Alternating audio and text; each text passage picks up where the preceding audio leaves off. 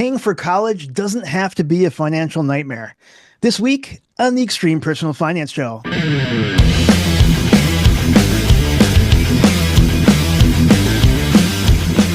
Hey everyone, welcome to episode 41 of the Extreme Personal Finance Show. My name is Chris. Joining me, my buddy, Dan. Hello, how are you? I'm doing well, man. I'm doing well. It was, you know what? I got outside today. It was like 50 degrees. We broke a record. Did we? We did. We broke a record. I meant to get outside like 4 times and it just didn't Yeah, happen until it was time to go home. It's like, oh, I'm outside now. I get it. I get it. No, it was good. I got outside a little bit today and I want spring to be here so bad, but it's only January. Right? Well, I mean, yeah, it's weird as it sounds. It's like I either want spring just to be here or I want to have actual winter. Mhm. The Right. same thing going into winter where it's just like where it's not fall anymore, but it's not like snow in winter. It's just like, come on. Yep, I want one or the other. Yeah. Yeah. I think, it was interesting because we still had it cold enough. We had several days where it was negative, Yeah.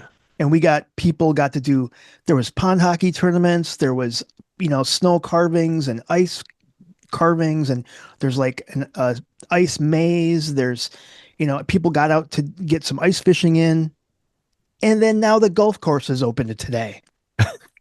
So it's just That's crazy. crazy. I know, right? So crazy. Well, anyway, thanks for hanging out today.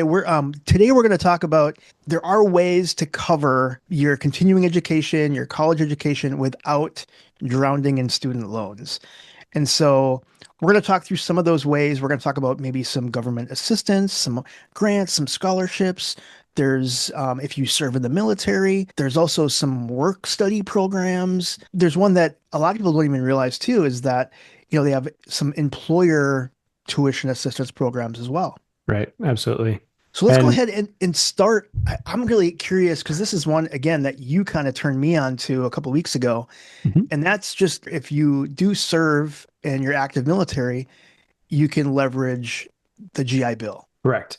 And so it's not just if you are full-time, long-time active military, but even if you have shorter periods of active service for one reason or another, it can count towards a portion of having the post 9/11 GI Bill benefit. So it's generally thought of that if you do a full 3-year active term that you get it, but there are ways where if you are in the reserves or the National Guard that there's access to it depending on situations that you might find yourself in. So, Right on. I know, like I didn't realize too that depending on the duration of service, you could do, if you do like 12 to 18 months, you could get up to like 70% of the benefits, stuff like right. that. And that was Exactly. news to me. I'm like, oh, cool. I didn't know that. Exactly. So whether it's people who go on a deployment or various other types of duty that might be federally funded and what duty status they're in. So we had several people that I know who did different missions during 2020, 2021 to support the COVID pandemic and whatnot. Hmm. They were in the duty status that allowed them to then have a portion of post 9/11 GI Bill benefits because of the time that they spent on those orders. So Cool. worked out really well for them. Well, and then in talking about the benefits, like this was something that I didn't realize that not only do you get tuition and fees covered for public colleges and universities, but also you get housing allowance, money for books and supplies, that type of thing. Mhm. And it doesn't have to be like full like a college or university program. It also works for like vocational schools and technical training and even like apprenticeships and flight training. Absolutely. There's a lot of options with it. And I think another part, this may blow your mind even more, is that it has, whether you get any other type of scholarships or grants, has no impact on that benefit. Oh, really? So, well, I shouldn't say no impact because Hmm. the school is going to have some say in it, but for sure, the housing allowance is just there. Sure. Whether the full ride scholarship and the university is just not charging you anything, you're still going to get that housing allowance. It's not, well, if you don't have anything else, then you can have this benefit. It's just on Right. top of it. So Well, and you mentioned too, and even if you're taking some courses that are online, there's still a portion of money that you receive for a housing allowance, and sometimes it's about half of what that full-time student rate would be, and that's pretty awesome. online, or if you're living at home. So if you're living Oh at home, yeah, but you're still going to sure. school, that no one's asking, hey, are you still staying with your parents while you're going to school? Right. Doesn't matter. Get that housing That's allowance. that's So if amazing. you're a parent with a child who's in there, have them move back in with you and charge them rent and don't feel bad about it. That's right. So That's right. So like using this option, you can graduate without student debt. And I think that's something too where you're also because you are serving, you gain a lot of like skills and training from the military, being active in the military as well, like leadership skills, teamwork building, that type of thing that I think is kind of overlooked, I think. yes, for sure. Now the first 3 years, if you do 3 years, 4 years and get out, maybe not everybody has the same opportunity of learning the same direct leadership skills. Sure. But something that I'd be willing to guarantee that you'll get out of it is just how to deal with situations you're not a big fan of and how to, Yes. just keep going and get the task done, which is very important for if you're wanting to get out and then go to school. It's going to probably make school seem like a walk in the park because you're like, so I just come here and learn and that's all.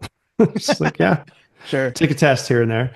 Sure. So, but a lot of good life lessons that can happen. You meet a lot of good people. Life Um, lessons. That's the word I was thinking of. Life life lessons. Yeah. lessons. Yeah, whether it's leadership or you know, well, to be honest with you, how to follow.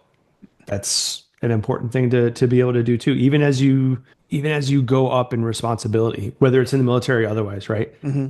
More often than not, unless you open your own business, and that could be argued even then, you're still listening to somebody. You're still getting that feedback from somebody and having to know, so, okay, how do I take that feedback and learn from it and apply it and keep going. So Right.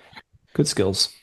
No, I love that. That's awesome. So some of the other ways that people can get their continuing education, their college education paid for. I guess the number one thing people always think about is scholarships. And why this is so attractive is that it is free money and you don't really have to pay it back, right? They don't have to be repaid. And many Right. scholarships are like merit based. So you have like based on academics or sports or art programs, but others are awarded for different types of interests or unique type of skills. Sometimes there's like just crazy random qualifications.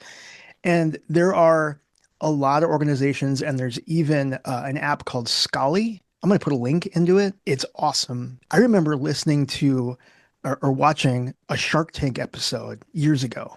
And they had this gentleman on there talking how it's really complicated for someone to trying to find what scholarships are available. So he developed this app called Scholly. And now it's used by, I don't know, I mean, I don't know how many people use this, but basically it's a way that you can find all of these scholarships that are out there. Because some of them, you may have little scholarships offered by different foundations, different companies, different businesses, but then there's also larger scholarships that, college board scholarships and other, religious organizations, other nonprofits. Right on. And I was looking earlier, there was some argument about it, debate, if you will, but something like, oh, now I don't have the link pulled up, a enormous amount of money. Let's just say 100 million. Let's go with Mhm. that. Like $100 million of scholarships that don't get awarded every year. Right? Now, to be fair, I did see, and I could see this being true, that some of it is not just that there could be stipulations that to be qualified for the Mhm. scholarship, right? And there could be so particular that maybe not. It's really tough to be an actual candidate for that, right? But even then, like if it's a quarter, that means there's $25 million of scholarships that don't go Right? awarded. It's a lot. It's a lot of money. So I've heard before people recommending that, hey, your junior year, early senior year, part-time job is applying for scholarships. Yeah. Yeah. Just I Spend mean, your 10 hours a week just applying for scholarships. yeah, that's one thing. Like when I was in high school, I was so apprehensive, overwhelmed, like didn't know how to apply, what to apply. And now, I mean, there's so many resources, and I'm gonna find the link to. There's a gentleman that did one of the main stage talks at the Econome conference that talked all about going to college for free. One of the ways that you can increase the odds or likelihood that you'll be awarded scholarships is by making the pool or the competition a lot smaller. So if you're looking in your local community businesses, organizations, they have scholarships for your child. So just type in scholarships, your city and state, and you'll find a lot of scholarships that organizations and local businesses are offering to seniors or juniors or even younger. Had several success stories up there, and some of them, some girl got $100,000 in grants, right, and scholarships. You're applying every day, right? I mean, you got to put in the work, put in the reps, and Yeah, but think about like anything else, right? You use the great words for it, putting in the reps, right? I would bet once you've done 10, 20 scholarship applications, you're really good at it. And it does yeah, not take you long to do. It's like, oh, I, okay, I'm going to do 3 scholarship applications. Boom, boom, boom. yeah. And once you get like kind of the baseline down, keep them in Google Drive, edit them to match the requirements for that Right. one, and it's not like you're starting from scratch every time. And now, hey, we got some amazing AI tools that can help you. Uh, so yeah, anyway, so scholarships are another big one. And Mhm. I mentioned it earlier too, grants. Grants. So there's institutional grants, there's government grants. I know I did get some grants when I went to college, I went to a vocational program, but I got about half of my college paid for via some grants that I applied for. Mhm. And then I paid the rest just because I was working part-time at Toys R Us. And Sorry, where? I don't wanna grow up. I'm a Toys R Us kid. They got a million toys at Toys R Us that I can play with. I don't wanna grow up. I'm a Toys R Us kid. They got the best for so much less. You'll really flip your lid. Some bikes too, trains too, video games. It's the biggest toy store there is. Gee whiz. I don't wanna grow up, 'cause baby, if I did, I couldn't be a Toys R Us kid. I've never heard of such a place. Says yeah, all the young people today. yeah, right. So, like scholarships, the cool thing about grants is they don't have to be paid back.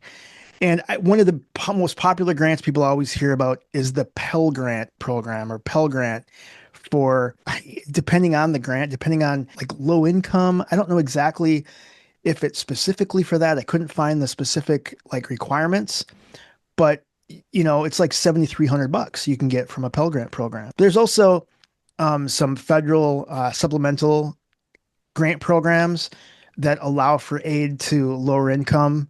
But there's also plenty of state and institutional grants too. So based on where you are, your state most likely will have some sort of need-based grant that you might Right. be able to qualify. Need based or somewhat related to academics, which, and not crazy. So, well, okay, my son's not applying for these yet, so I don't know what it's like these days, but I know that there were a few when I was growing up in South Carolina where the state just had funding for you to go to school. There are 2 different levels, but neither one of them was like there was no crazy valedictorian requirement Mhm. or 4.0 GPA. It was just, are you a reasonably solid student? Right. Here's some money, right? So um, I think that's get more and more common these days. I mean, this was back in the 90s. So and college has just gotten 2 things. One, more expensive since then. And then two, I think maybe it's the tide is shifting a little bit, but more of an expectation that you need to have some kind of degree, depending on what you're looking to do for work, right? I think the early 90s to the early 2000s were maybe where it really started to take off for that, where it's like, oh, you'll never be successful if you don't have a degree, but still very much a thing. Yeah.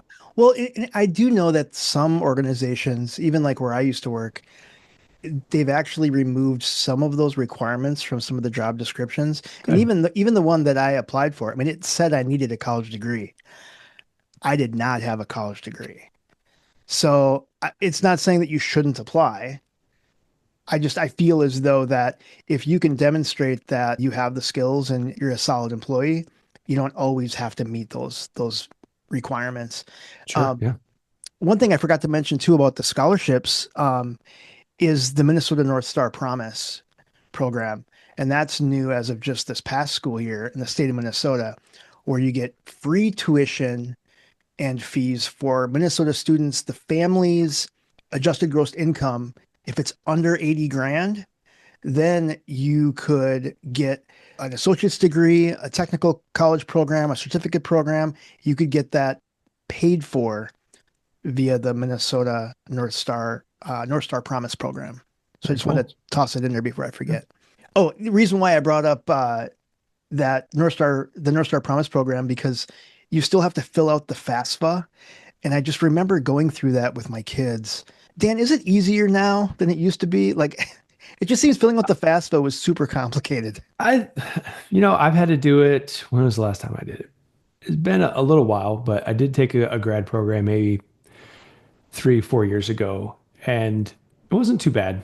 Okay, Wasn't too bad. Now, that being said, I feel like some of it you want to have a reasonable grasp of your finances, because it's going to ask you questions, and they're not super complicated. You just have to know like where to go look for it. So if you're not filing your taxes or you're not keeping records, you can be like, oh wait, what was that? And then that could slow you down, because you're like, okay, I got to go make an account and get my taxes, redone and look through them and whatnot. So, but sure. if you're keeping your records and you know what your stuff is, that helps it go by faster. But I don't recall it being anything that was too terribly complicated. Got it. So It kind of and those coaches you through.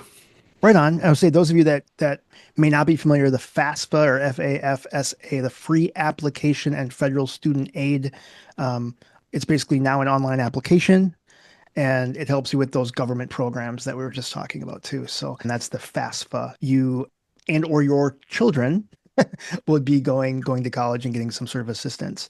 Another one that I wanted to talk about is something that you mentioned right before we started recording, is the employer benefit or employer tuition program. Some they might call it something different, but it's some sort of like tuition assistant, basically a way that you can let your current employer pay for your continuing education. And it's amazing. There's a lot of great programs out there. I did this at my last employer. I was able to get a lot of my CompTIA cybersecurity plus certification training paid for. Actually, I just got a notification that it's not called CompTIA anymore. It's been CompTIA.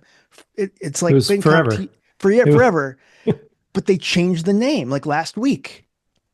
I can't remember what they called it. Anyway, I didn't renew my certification. So, So um, it doesn't matter. dude, that test was one of the most stressful things I've ever did in my entire life. No kidding. Oh my gosh. Dude, can I tell you about this story? Yeah. Okay, so it was during COVID, and so you couldn't go into a Pearson Education Center for a proctored Right. exam, right? Mm-hmm. So I had to do it at home. I remember, so it's like 8 o'clock. I needed to be logged in two different spots. So I had my phone logged in and I had my computer logged in. And then so I was like, the test started at like 8 a.m. And so then I had to download the Pearson Education app. So that basically locked you in to whatever you're doing on your machine, right? So you can't search and do other things, whatever, right? Right. And I'm waiting for 8 a.m. to start so I could start my test. And sure enough, right away, like, hello, Chris. And I'm like, oh my gosh, yeah, they're talking to me, right? And I'm like, yeah. And it was so funny because they're like, I noticed you have an Apple Watch on. You have to remove your watch before we can start the exam. Oh gosh, okay. Making sure that I'm not, cheating. Oh, and that's the thing too, Yeah. as I had to show them that's why I was logged in with my phone as well, the camera. I had to show them my work area, which is my dining room table. I had to show all the way around my dining room table to show my environment, right? Mm-hmm. And then the test started, and I'm like, let's say 10 questions in, and I had literally question that I had to basically simulate this entire network diagram, right? So it was like networking and security. So you had like, you know, hubs and networks and switches and gateways and all this stuff, right? On like how to set up this network, right? And I literally said under my own voice, I shook my head and said, Jesus, oh my gosh. Sir, there's no talking during the exam. And I mean, I literally was talking to myself because I was like super like Yeah. overwhelmed. Anyway, I had like, I don't know, 3 hours to take the test or something. And I came in like just under the wire, man. And I passed by the skin of my teeth. I'm telling you, it was very stressful to get a proctored exam while at home at your dining room table. I can understand. I got my degree by having to do a couple dozen of those type of tests. Oh, Jesus. So Nope. I did one. I get it. I get it. Dude, I don't know how you could do that. That's crazy. So I was going to say, employer tuition assistance programs, many companies offer this type of benefit if you're pursuing education. Sometimes there may be crazy requirements like, is it related to your current role or something to that nature? Some organizations are a little more forgiving, but I mean, even companies such as like Starbucks or Walmart or UPS or even Amazon offer some amazing tuition assistance programs. Yeah, there's a whole lot of them. And one thing that I see happen so often is people will get a job or they'll commit to some kind of agreement, if you will, say for the military, right? With the whole idea of being, well, I want to get these benefits. And then they don't use them.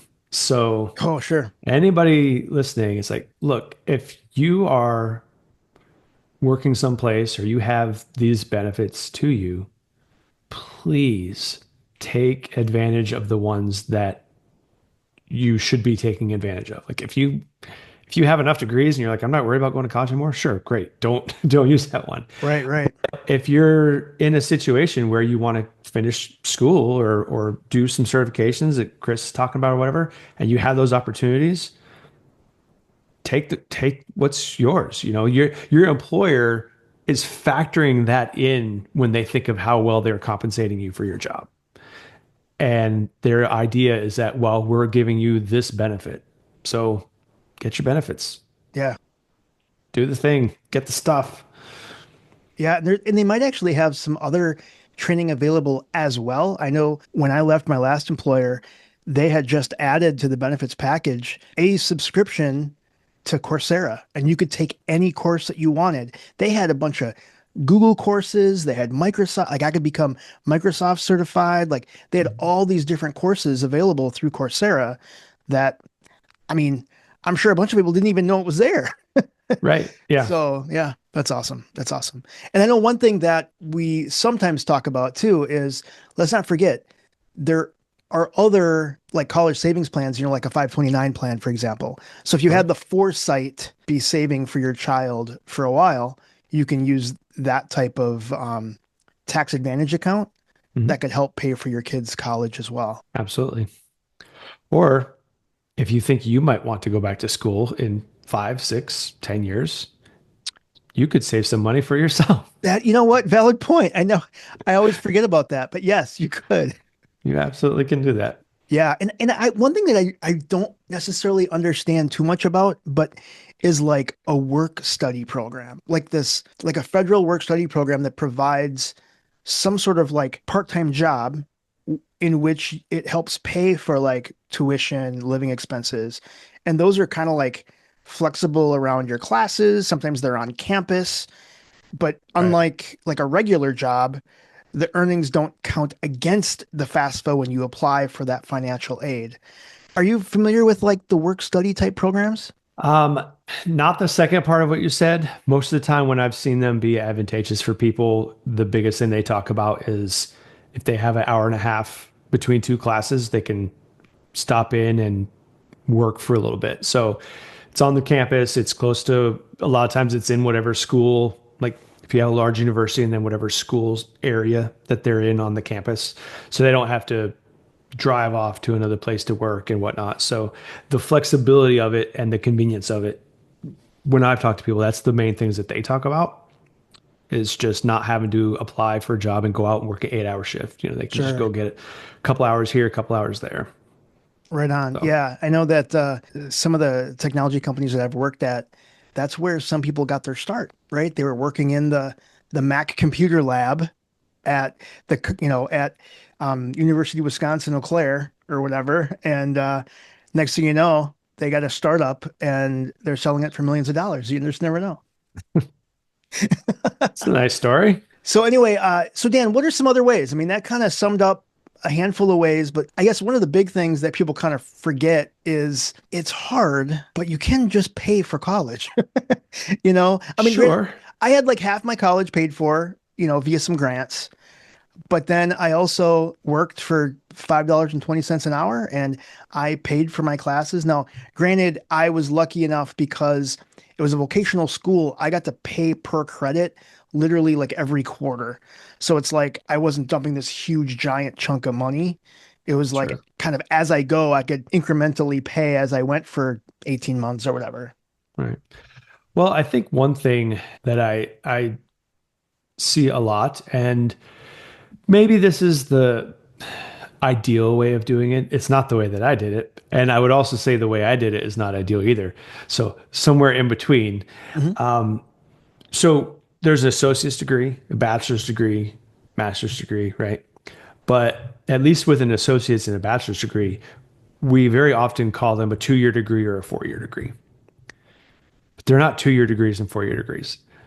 They're associate's degrees and bachelor's degrees. Interesting. Yeah. So if you can if you can get a bachelor's degree done in 3 years, or you can get a bachelor's degree done in 6 years, still a bachelor's degree. So point I'm making here is there might be times where if you're trying to pay for it yourself and you've got to work enough so that you can pay whatever that balance is between whatever age you have and then the cost, right? And you just can't do it full time. It's like, all right, well then your course of study is going to take 5 years to 6 years. Right. So that's okay. They don't have some kind of clock where once 4 years pass, like, well, I'm sorry, you didn't make it. Right. Start all over or just give up. It's like, no, you can just keep on going. Now, there are going to be some programs where you can't take necessarily forever to do it because some of the courses you might have taken would need to be redone. And then, of course, they're going to change the curriculum and they're going to change what the requirements are. So being really good in touch with your admin people at your university and the people in the different offices that can help make sure that you're staying on track. But on track doesn't necessarily have to mean that it's 4 years. Walk in and say, hey, my plan, I'm going to get this done in 6 years. Well, let's figure that out. And one thing that I learned, and I didn't really even realize it was like a thing. I had no idea that there are kids that are doing almost full college load classes in high school, right? By the time they're a senior in high school, they're getting college credits. And that's another great way that you can, one, avoid paying for that once you're there, and a way to get it done sooner, right? You can get it done in 3 years because you've already done a bunch of those credits in high school, which is awesome. Like if I had it to do over again, well, let's be honest, I would not. Sure. Well, I think something to think about too with that is, I know we have that in Minnesota. I don't know what other states do. I would assume that it's probably not every state that has that at this point. So that's certainly something that's available for some people. Like others, I know when I was going through high school, we had pretty much, you had the AP exams that you could take, and that was about it. So, but fortunately, that was that was a hot minute ago. So it's probably more widespread, but I don't know that every state is necessarily going to have that available to them. Yeah, I went to my senior year, I went to a vocational school for like the second half of the day. And I will tell you, it was a joke. Like the teacher, instructor, whatever that was at, now it's called Century College. People here may remember it as like 916 Votech. I don't even think my instructor was there half the time. You showed up, you punched the clock, and you got these packets. It was all self-paced study. And, you know, you bust your ass, you get these packets done, like you front load the work. And then I sit around and read comic books. And sometimes I'd leave school, right? Because then I could go to Toys R Us and I could work a longer shift because that was easier for me. And I could still finish my work, get A's in the course because it was all self-paced. All you got to do is finish the packets and you could crush it. But it was an interesting program. I don't know. Sure. I don't know, but Well, that being said, I mean, something to keep in mind too, and I know it's not easy when you're young because you got the whole world in front of you and you have all kinds of options and you don't necessarily have the experience yet to lean on as far as, okay, which option do I want to do, right? So I know it can be tough to kind of choose one and not be afraid that you're choosing the wrong thing. But there are plenty of vocational and 2-year degree programs that can lead to really good careers. So a very, very good friend of mine has a 2-year degree to be an X-ray tech. Now, like 4 years into completing that degree, I think the salary is somewhere around $75,000, which I mean, you ask an early 20-year-old, hey, would you be okay with a 2-year degree and something right? making 75 grand? Like, absolutely. That's Yeah. right. You know, That's right. so if that's a program that might interest somebody, then who cares if it's not a 4-year degree? You know, you can always go back and finish it if that's important to you, or you can not if you're doing something you enjoy. Right. So, Don't you think it's so crazy? Like I remember when my kids, you know, when we were doing like orientation for high school, right? When they were going from like 8th to ninth grade or whatever, there were so many options and it was so like I remember my kids being so overwhelmed because at ninth grade, they were, I say they, like the administration was telling them, well, if you're going to be going to this 4-year college, make sure you take a language, make sure you're taking this because you can start in ninth grade, you can take your language all throughout the remainder of your high school and blah, blah, blah. And I'm like, at ninth grade, I was not thinking that far ahead. right. Like it just seemed so like, even as a parent, I was overwhelmed. Yeah. Well, we do have a bit of a sense of you've got to have your life figured out way too young, Yeah, I think way so. too young. You know, it's just like, I don't think we say often enough. It's like, well, okay, let me rephrase it. We'll say, what do you want to do after high school?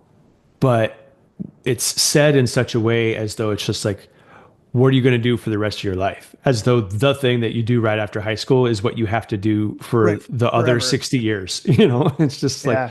well, no, just what are you going to do after high school? This thing. Oh, okay. And Mhm. it's okay if that lasts for 3 years and then you can do something else after that, you Right. know, but there's a lot of stress, I think, put on trying to have everything figured out. And I've talked with a few people who are recent college grads. And before they were finishing college, I was telling them, it's like, well, you know, it's okay if you don't really know what you're going to do with all of the rest of your life, right? And they looked at me like, well, one, like, am I serious? It's like, really? And then I was like, well, yeah. And then they just kind of went, oh, like legit. I just took Yeah. a huge weight off their shoulders. Like, oh, okay, it's okay that I Right. don't. It's like, yeah, it's fine. You'll be okay. You're smart. You're That's awesome. talented. You're dedicated. You'll Right. figure it out. Just the fact that you don't have it figured out yet doesn't mean you won't. So Yeah. I mean, even my path, I mean, what I went to school for, the first, you know, 4 jobs I had, the first 18 years of my career was had nothing to do with what I was doing when I ended my technology career. Like, I mean, they, you know, right. so you never know where that will end up. But Yeah.